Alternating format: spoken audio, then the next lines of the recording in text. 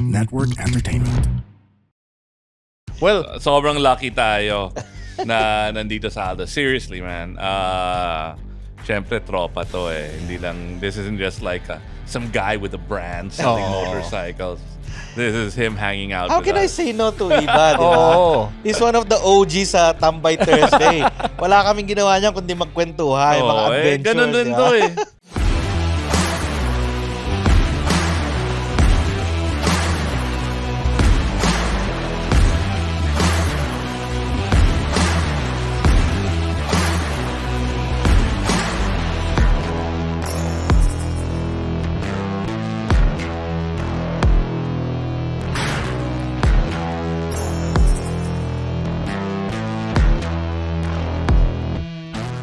What's going on, everybody? Welcome to Tunay na Rider.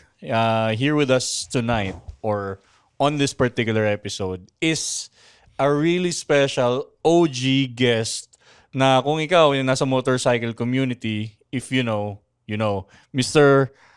Aldous is with us. Hello, everybody.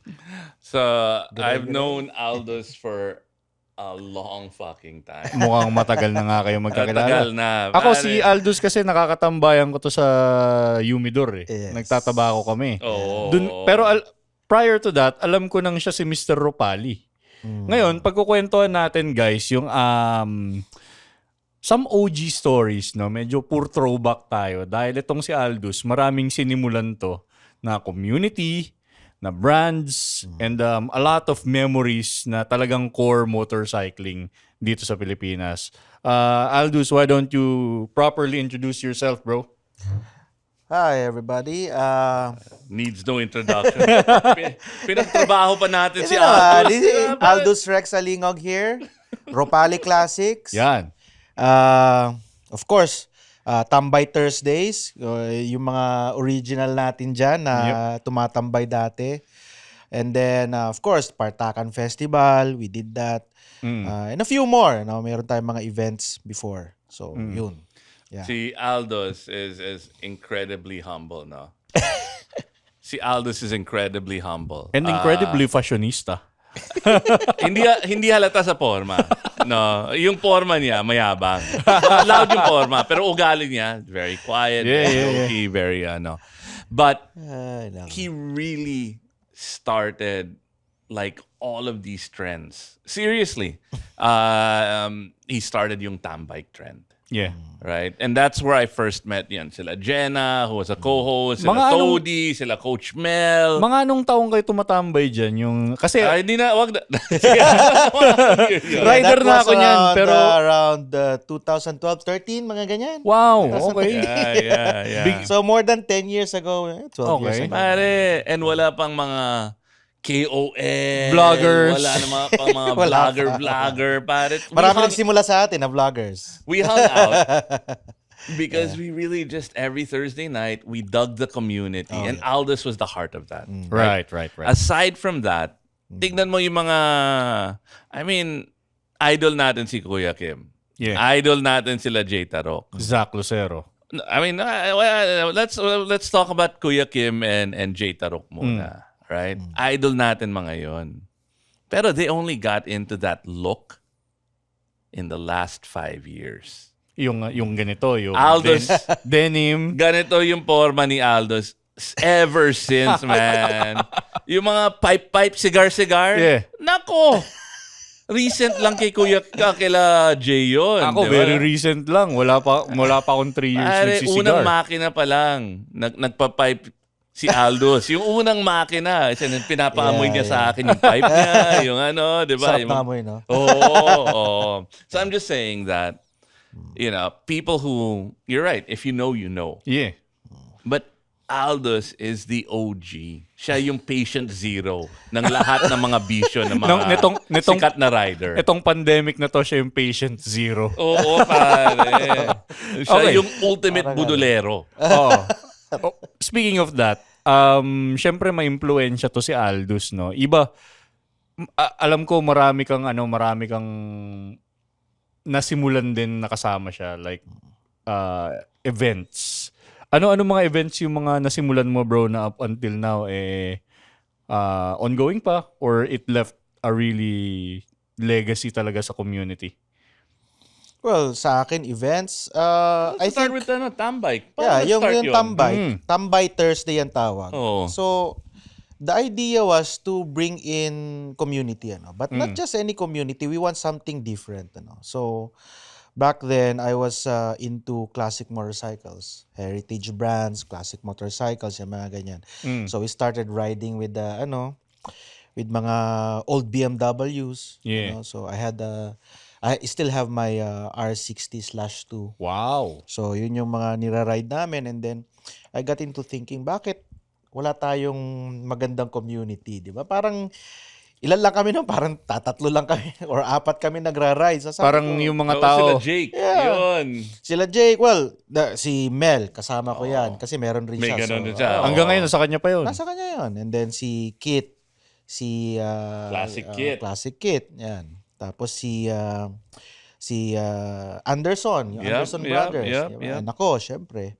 So, back then, I wanted to start the shop for that kind of community. Pero we went into riding, we went around the Philippines. Well, up north, yun yung mga riding namin nun eh. Gamit na gamit yung Gamit na mga gamit OG yun. na bikes nila Oo. pa. Yung BMW mo, ibig sabihin mo, nalulup mo yun ng ganun Oh, yeah. kalalayo. Yeah. Amazing. Yeah. Well, because we understand the bike. Okay, we understand its capability, and that's how we are kampante kami na gamitin. Na Yeah. parang kahit masiraan ako dito, alam kong gawin to eh, di ba? Oo.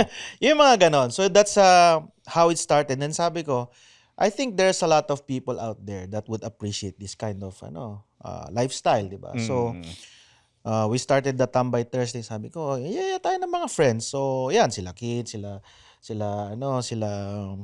Mel, yan, maraming mga kakilala. Sabi ko, bitahin mo dito, Tambay Thursday tayo. So, the first Tambay Thursday, wala pa akong signage sa shop ko, pero may nakalagay doon, handwritten, pare. Tambay Thursday. Every Thursday at 7 p.m. till late. Yun, na nagsimula. Ito ba yung dun sa may Ortigas? Yung... Ang ganda pa ng pwesto, centrally located. So, this is in Ortigas, pero Escriva Drive. Oo. So, the Ropali Plaza is there, pero Escriva Drive is the road. So, dati wala pa masyadong paggabi ng ganon. Walang traffic yun. Tayo lang. Tayo lang doon. And then, unang mga unang tumatambay diyan sila Jake Versosa, yan. Yep. Those were the Sila days, Dante, pare. sila Noli. Sila Dante, sila Oh. Noli. Anong pinantatambay mo na bike dati ng mga panahon na to? Nako.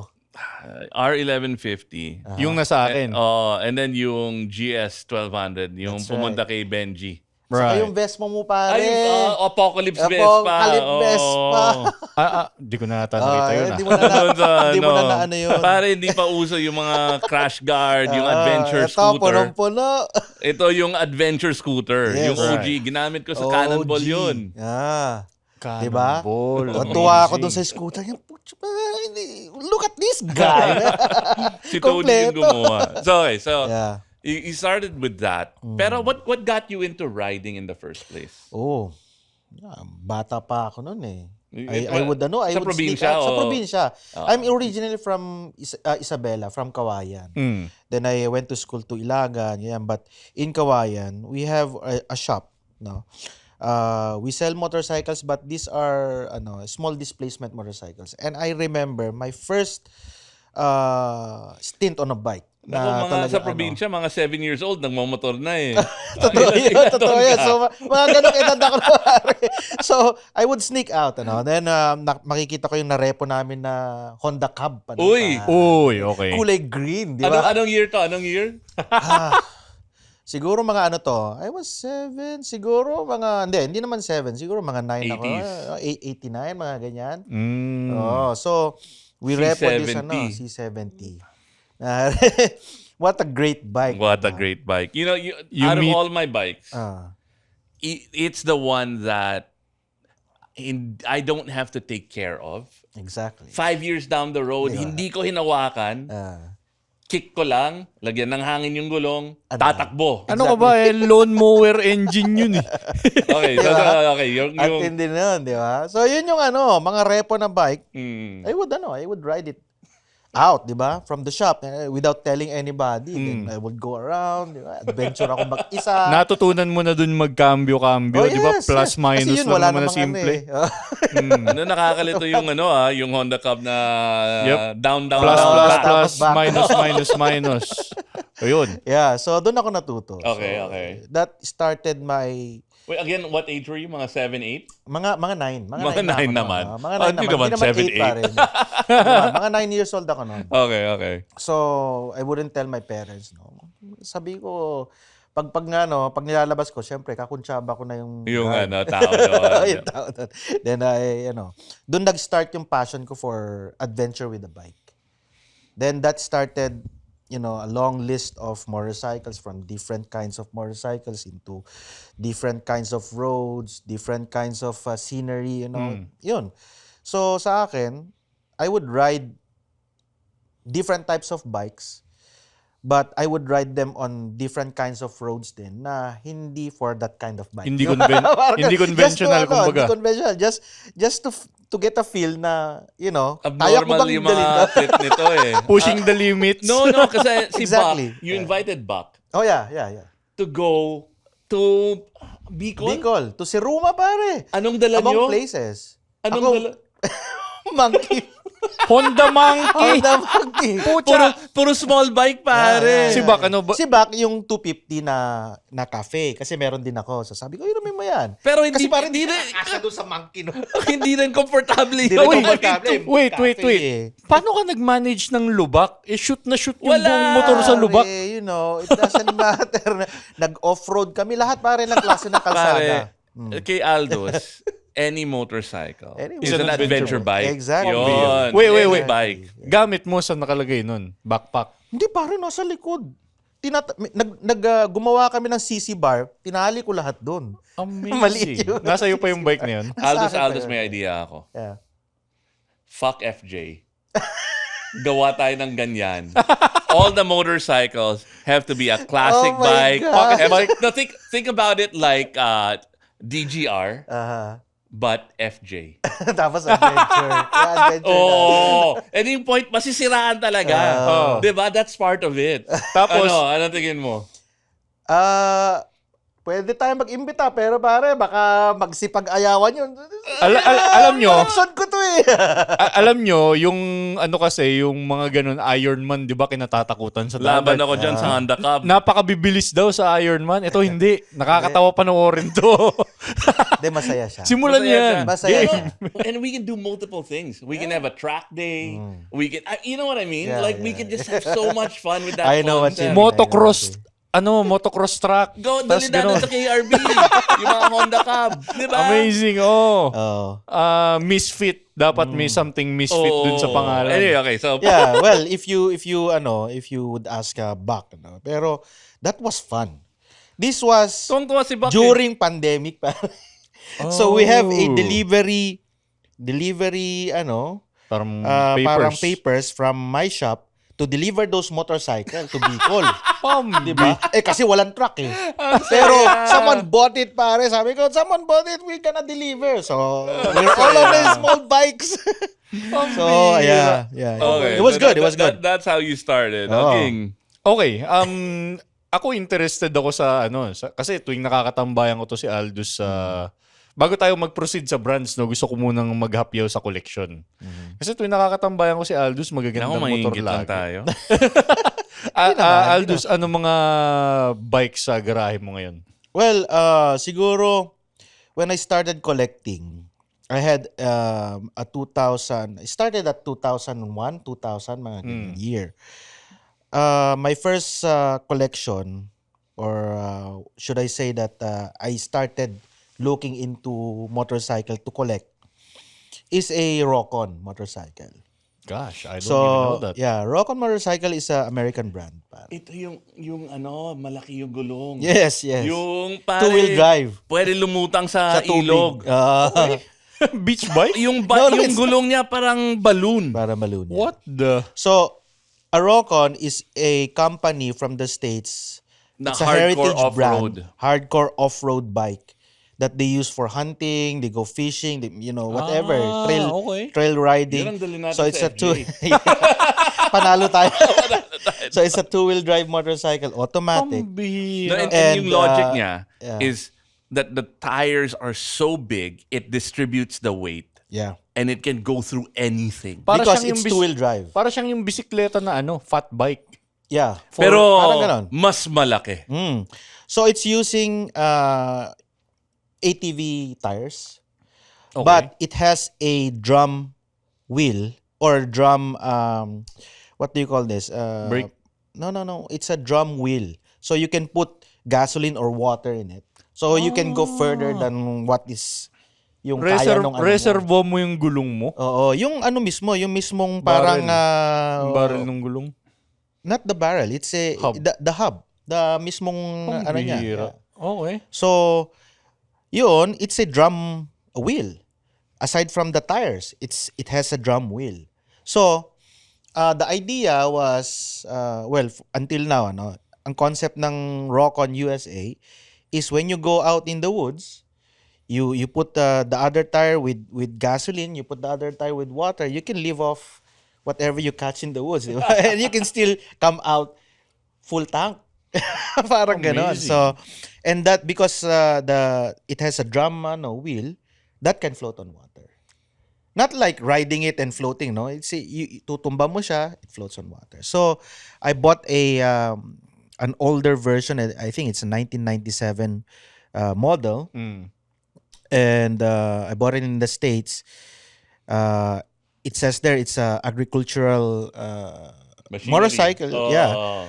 So, naghanap ako na mag-import sa Philippines. And true enough, I got it Pang-farm here. Yeah, talaga. pang-farm siya. Oh. But they use it for other purposes. Hunting, trail riding. And it has a big community.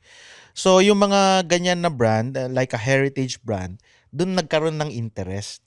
So, for so many years, naghahanap ako ng kung ano-ano. Ganyan, but that's my first collection. Okay. Then, from there, it grew.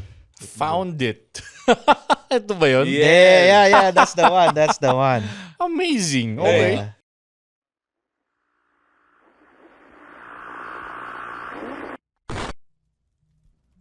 Hi there, my name is Earl, and I'm the host of Philippine Campfire Stories.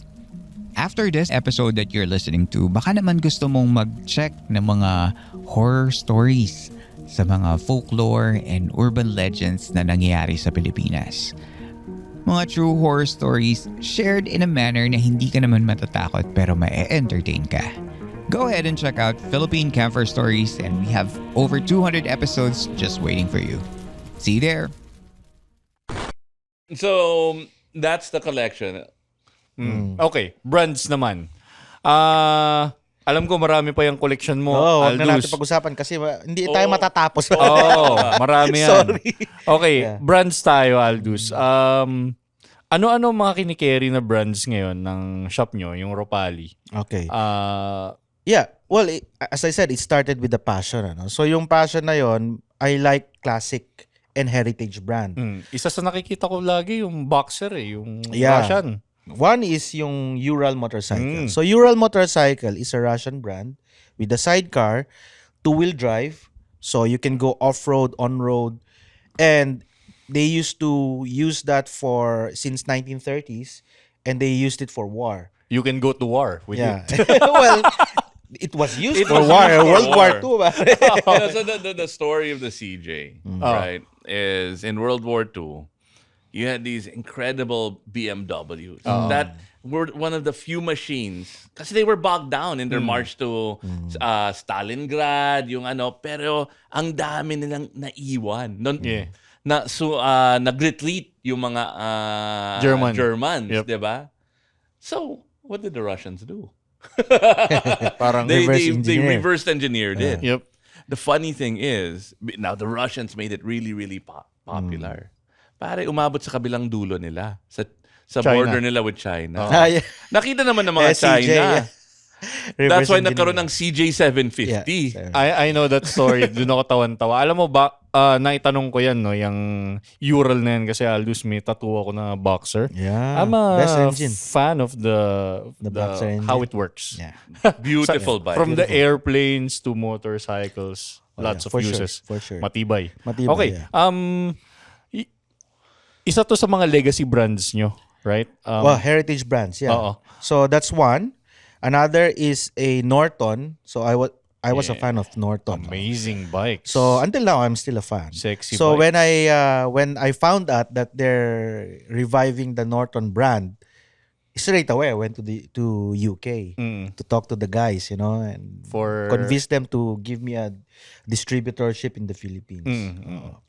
But it was so ano siya, parang handmade talaga, konti lang lumalabas dun sa ano. So you cannot order like by bulk, you can order like 3, 4 or whatever na meron lang sila kasi it take them so long to produce one bike.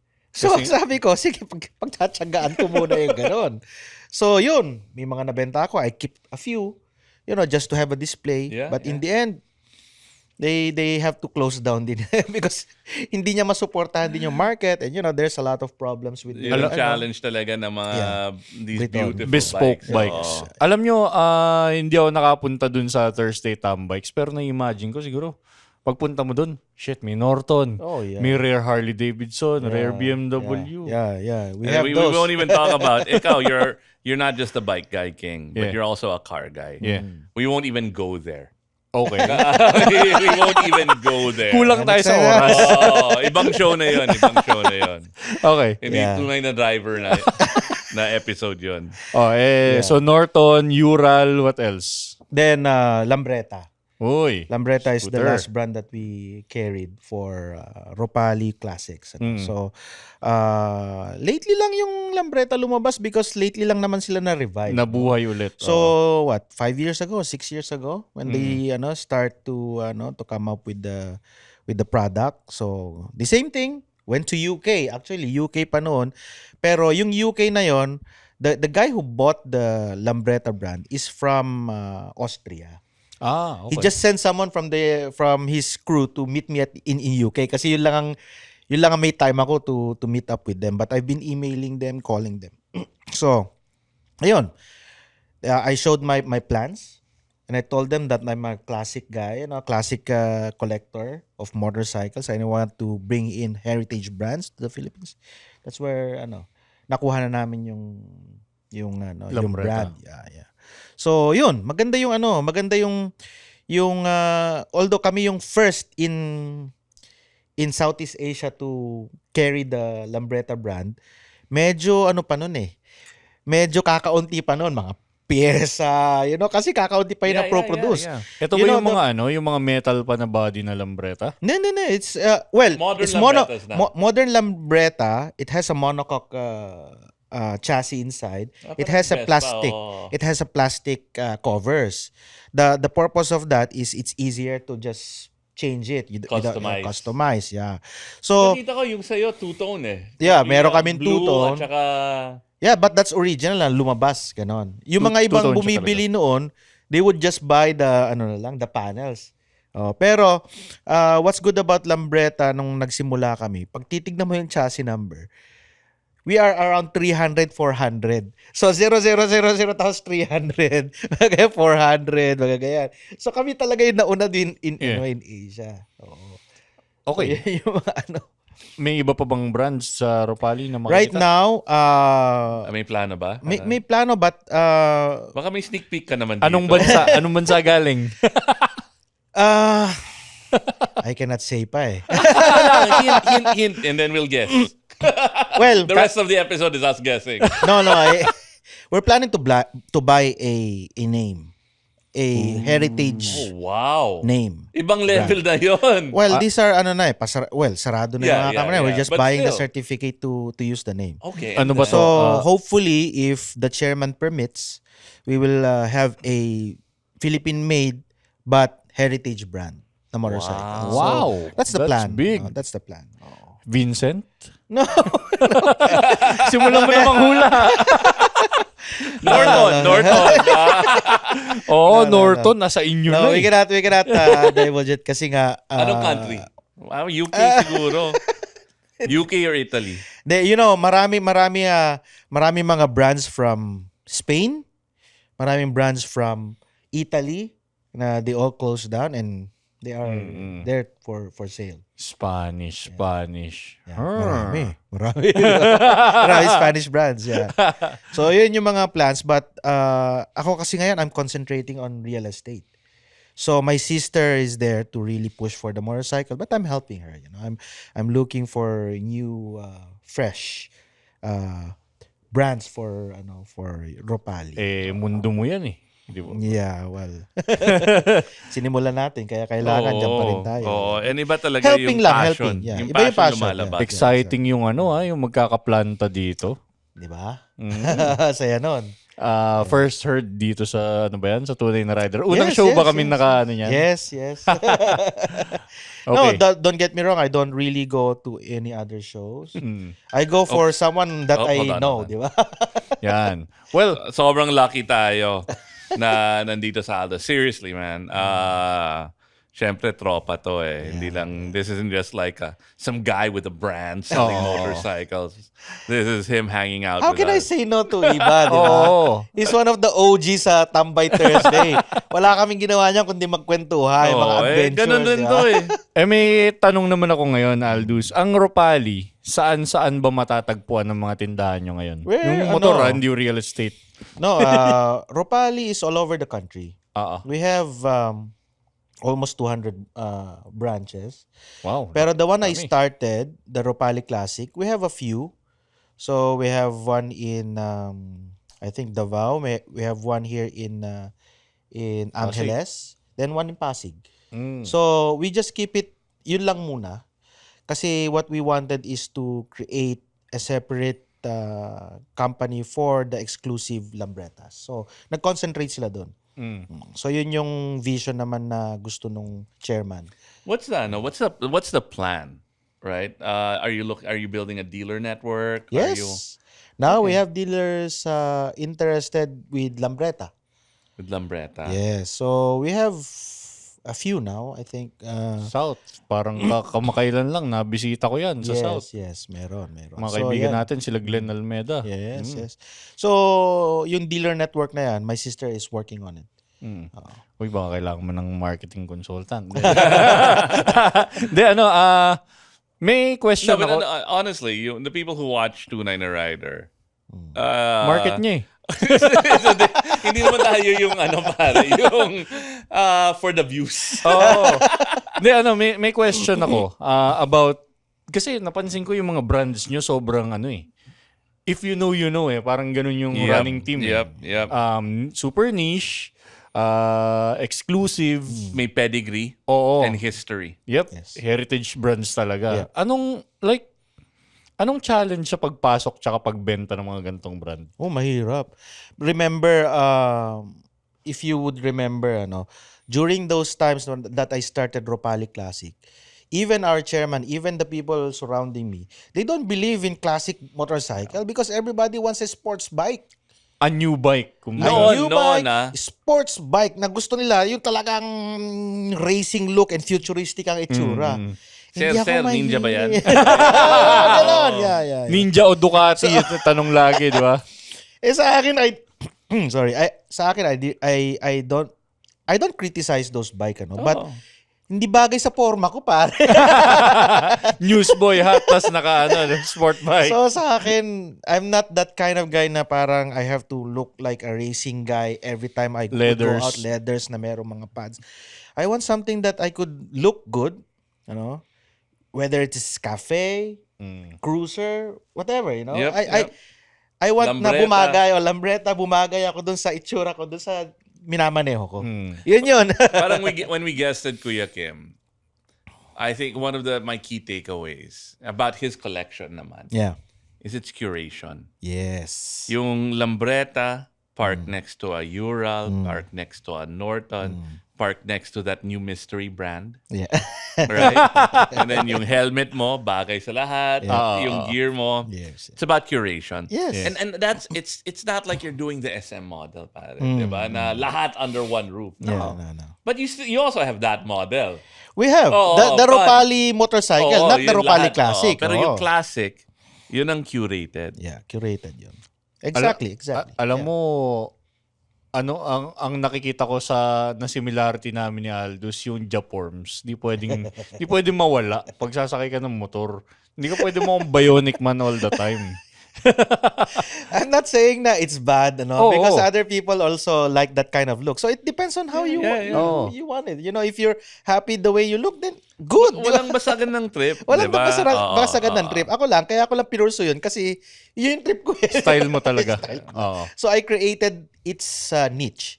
Then I gathered all the people who's also like me. And that created more people who's interested. Okay. So yun. So I'm not looking na meron na agad yung niche market. No, I also created that niche market so that people will also see, uy, okay pala yan, ganda pala yan. Yun. So I'm gonna ask Aldous na yung tunay na rider question. Interesting marinig yan. I really want to hear it. We ask this from all of our guests. And ano yung definition mo ng tunay na rider? Wow. There are a few definitions for me, Lalo na I also ride, I also like to collect. But if you are a tunay na rider sa akin, is you enjoy the adventure of riding, even if you're just going to the office or kahit short ride lang, it makes you even nasa traffic ka and hindi ka nakikipag-unahan, it humbles you but also at the same time it parang nare-relax ka. Yun. And of course, ang tunay na rider sumusunod sa rules. Yan. Yeah. Ouch. Agree ako 90%. Kasi sometimes even if the rules are hindi angkop sa atin, but it is there, pare. No. I was reflecting while riding the other day. Kasi daily rider tayo. Yeah. And yung realization ko is the whole internet, sobrang judgmental na ng mga tao eh. That's right. They're quick to jump to, ay, kamote this, kamote that. Yung mga kamote, I think, are just people who haven't been exposed, who haven't been educated, who haven't had the luxury of a community Right. that cares to educate them. That's right. Yeah. So meron talagang ganon. But as I said, just have fun. Whatever bike you have, pare. I'm not criticizing whatever bike is out there or whatever, if it is fast or not. It's for me, as long as you have fun and safe, that's it. You're a tunay na rider. I still have fun. I'm a big guy, and I still have fun on my 40-year-old C70. There you go. Diba? There Yung you ano go. mo, yung jet ski mo. Hirap siya umakyat eh. Pero pare, still. Tuwa pa rin ako eh. Yung jet ski yun mo, yun. yung 40 yung years old Honda na rin. Helix. Yeah. Diba? Alam mo, nakikita kong contrast ng dalawa. Nagkakasundo kayo pero may contrast eh. Techie guy, di ba? Latest, greatest tech gadget. Si Aldous yung naman. Luma. Talagang Analog. Analog. OG. On that note. All right. Thanks for dropping by, Aldous. We really Yeah, no appreciate problem. it. Finally. Binigyan mo kami ng oras, for the bro. longest time. Tagal ko kinukulit si Aldous, man. And it just Hindi lang happened. hindi lang nagkakatugma yung oras natin. But I always love talking to you guys. Especially about motorcycle. Oh my God. You just aabangan ko yung Misfit event nyo. Yung part 2, ayun, may dalawang takeaway natin. One is, let's do a Misfit event. Okay. The second is, when you have that brand, Uh-huh. balik ka dito. Dito. Yeah. Definitely. I-announce natin sa Tunay na Rider. Definitely. All right, so that wraps up this week's episode of Tunay na Rider. Tandaan, hindi lang sa bilis na susukat ang rider. It's how you ride, who you ride with, and why you ride. There you go. Kita-kit sa kalsada, ride smart, ride safe, ride tunay. The opinions of podcast creators, hosts, and guests are not necessarily reflective of the official stance of the Pod Network Entertainment, its hosts, or other network programs. The content created by the people behind the podcast is personal and not meant to harm any religion, ethnicity, group, organization, company, or individual.